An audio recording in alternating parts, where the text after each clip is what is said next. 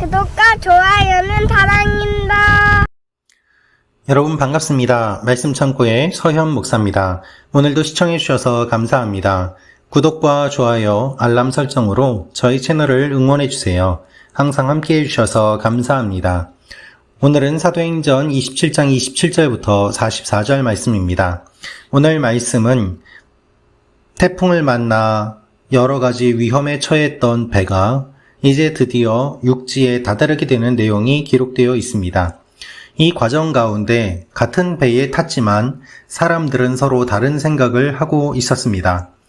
우리는 흔히 한 배를 탔다라는 표현을 사용합니다. 그러나 오늘 말씀을 보면 같은 배를 탔지만 사람들의 생각이 서로 다르고 또한 서로 죽이고 자신의 이익에 따라 움직이려고 하는 모습들을 보게 됩니다. 그러나 그 가운데서도 바울이 중심이 되고 사람들이 모두 다 무사히 육지에 도착하는 내용이 기록되어 있습니다. 오늘 이 말씀을 통하여서 우리에게 주시는 하나님의 마음을 함께 묵상해 보기를 원합니다. 오늘 말씀을 보면 27절에 14일째 되는 밤에라고 기록되어 있습니다. 바다에서 표류하고 또한 어려움을 겪은 지 벌써 2주가 되었습니다. 그렇게 어려움 가운데 있을 때 선원들은 배가 무태 가까이 왔음을 직감하였습니다. 다른 사람들보다 선원들이 아마 먼저 직감하였을 것입니다. 그들은 전문가고 배에서 오랜 시간을 보냈기 때문입니다.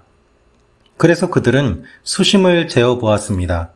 그들이 수심을 재어보았을 때 첫 번째로 쟀을 때는 약 37m쯤 되었고 조금 더 가다 보니까 28m쯤 되었습니다.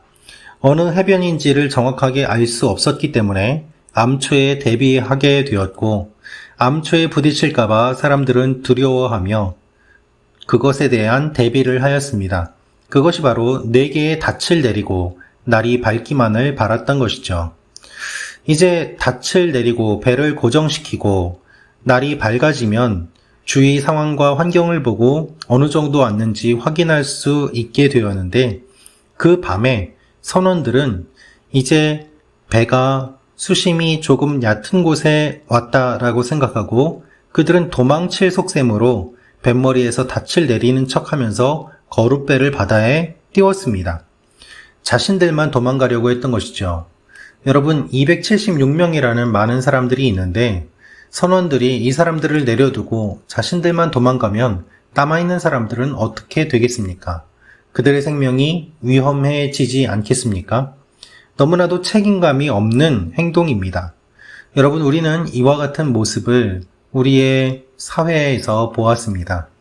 사람들을 그대로 내버려두고 선장과 선원들이 먼저 도망친 결과 수많은 학생들과 사람들이 바다에 빠져 생명을 잃게 된 그런 일이 우리가 아직도 생생하게 기억하고 있는 일 아니겠습니까?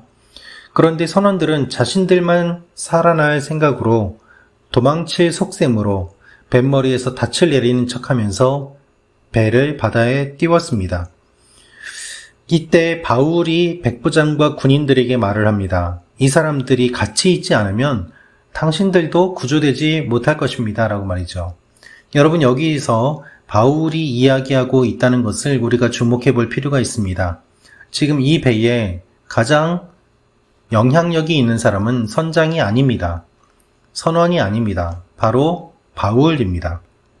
바울이 백부장과 군인들에게 이야기를 하면서 이 사람들이 없으면 안 된다고 이야기를 했고 군인들은 그들이 도망가지 못하도록 거룻배를 묶어놓았던 밧줄을 끊어버린 것입니다. 여러분 혼자 살아나려고 하는 이 마음 그것을 끊어버리고 그리고 나 혼자라도 살아야 되겠다라는 헛된 소망과 잘못된 마음을 끊어버리고 같은 배를 계속해서 타고 갈 수 있도록 바울이 이야기를 한 것입니다. 그리고 날이 밝아왔습니다. 이제 바울은 무엇이라고 이야기할까요? 사람들에게 이야기합니다. 14일 동안 아무것도 먹지 못하고 굶었습니다. 그런데 이제는 여러분이 음식을 먹을 때가 되었습니다. 그래야 살아남을 수 있습니다. 그러면서 34절은 이렇게 이야기합니다. 여러분 가운데 어느 누구도 머리카락 하나라도 잃지 않을 것입니다. 이것은 바울의 근거 없는 자신감이 아니었습니다. 하나님이 바울에게 주신 마음이었습니다. 여러분, 굶을 때가 있고 먹어야 될 때가 있습니다. 지금까지는 굶을 수밖에 없었습니다. 음식이 있더라도 먹지를 못했습니다. 왜 그렇습니까? 언제까지 배가 방황하고 여기저기 표류할지 몰랐기 때문입니다. 지금 음식을 먹어두면 나중에 굶어 죽을 수도 있습니다. 그래서 아끼고 아꼈습니다. 그러나 이제는 때가 되었습니다. 오히려 음식을 먹고 힘을 내야지 육지에 도착할 수 있습니다. 굶을 때가 있고 먹을 때가 있습니다. 그것을 바울이 알려주고 있는 것입니다. 여러분, 하나님은 우리에게 굶을 때를 알려주시고 먹을 때를 알려주십니다. 그리고 그렇게 하나님의 지혜로 바울이 이야기를 할 때 바울은 먼저 감사를 드립니다. 오늘 말씀을 보면 예수님께서 제자들에게 떡을 나누어 주시는 성만찬의 모습과도 같은 모습으로 떡을 나누어 주는 것을 보게 됩니다. 사람들이 함께 음식을 먹었습니다.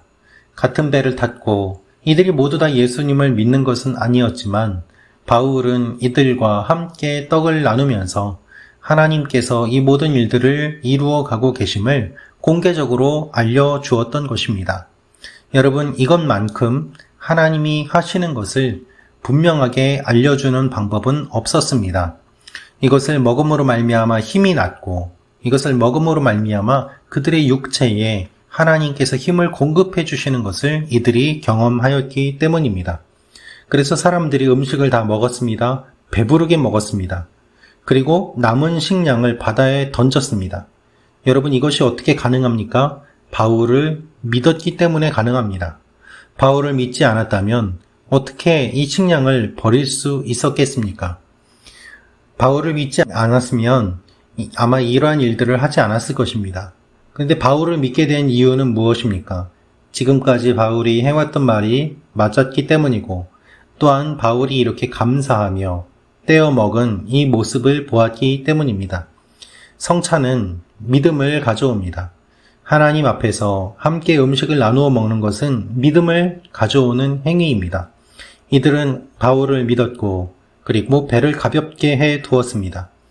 그리고 배를 가까이 대고 배가 암초에 걸려 좌초됐을 때 사람들은 육지를 향해 헤엄쳐 나아가게 됩니다. 그런데 여러분, 42절 말씀을 보면 군인들은 죄수들이 헤엄쳐 도망가지 못하도록 죽일 계획을 갖고 있었습니다. 이들은 계속해서 같은 배를 탔지만 다른 생각을 하였던 것입니다. 군인들이 죄수가 도망가면은 우리에게도 책임이 오지 않을까. 그래서 이들이 도망가게 하느니 차라리 죽이는 것이 낫겠다. 아예 다 죽여버리고 우리만 도망가자라고 생각하였던 것입니다. 여러분, 배를 모는 선원들이 자신들만 살려고 생각하였습니다. 군인들이 자신들의 책임을 피하기 위해서 이와 같은 계획을 세웁니다. 같은 배를 탔지만 사람들의 생각이 서로 다르고 사람들이 서로 자신의 이익을 위해서 다른 사람을 죽이려고 하는 마음까지도 갖게 됩니다. 다른 사람이 다 죽어도 나만 살면 되겠다라는 생각을 갖게 됩니다. 그것이 배를 타고 있는 사람들의 모습입니다. 그러나 하나님께서는 이들의 마음을 돌이켜 주시고 군인들의 뜻을 막고 모든 사람이 살아날 수 있도록 수영할 수 있는 사람이 먼저 물에 뛰어들어서 육지로 올라가라고 명령하였습니다. 그래서 사람들은 조각을 붙잡고 다 나아가고 어떤 사람은 수영을 하기도 하고 하여서 다 육지에 도착하게 되었습니다. 바울이 이야기한 대로 음식을 먹지 않았더라면 수영할 수 있는 힘을 얻지 못했을 것입니다. 하나님께서는 오늘 이 말씀을 통해서 무엇을 알려주고 계십니까? 같은 공동체 안에 있지만 사람들의 생각이 다르다는 것을 말씀하고 계십니다.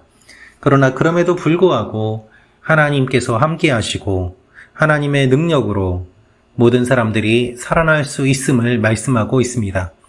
오히려 나만 살아나려고 하면은 다 죽었을 것이고 또한 반대로 모두 다 함께 끝까지 같이 하려고 하니까 다 같이 살아나는 것을 보여주고 계십니다. 여러분, 이것이 믿음의 공동체의 모습입니다. 하나님께서는 이와 같은 모습의 교회를 원하십니다. 교회 안에는 물론 생각이 다 다를 수 있습니다. 성도님들의 생각이 다 다르고 의견이 다르고 출신 배경이 다 다릅니다. 그러나 그렇다고 해서 우리만 살아남자, 또한 자신들의 이익과 자신들의 판단으로 다른 사람들은 죽어도 괜찮다, 우리만 살자, 이와 같은 생각을 한다면 주님의 교회는 결국 무너지고 말 것입니다. 그러나 하나님께서 주시는 생명으로, 성만찬으로 그리스도 안에서 하나 된 모습으로 끝까지 하나로 나아갈 때 하나님께서는 모두 다 살아날 수 있도록 하실 것입니다. 한국 교회는 어떻습니까? 우리 교회는 어떻습니까? 교회 전체는 생각하지 않고 우리 교회만 살아나면 돼 라면서 마치 선언과도 같은 모습으로 신앙생활을 하고 있지는 않습니까? 우리의 모습 가운데 전체적인 그림을 바라보며 공동체를 생각하는 마음이 있습니까? 오늘 말씀을 통해서 이와 같은 모습들을 돌아보고 하나님께서 한국교회, 아니 세계교회 전체를 붙잡아 주시도록, 그래서 우리 모두 다 살아나도록 교회만 붙잡아 주시는 것이 아니라 이 세상 한 영혼을 구원하시길 원하는 하나님의 마음이 모든 사람들에게 전하여지는 그 일들이 일어나도록 함께 기도하며 나아가는 오늘 하루가 되기를 원합니다. 기도하겠습니다.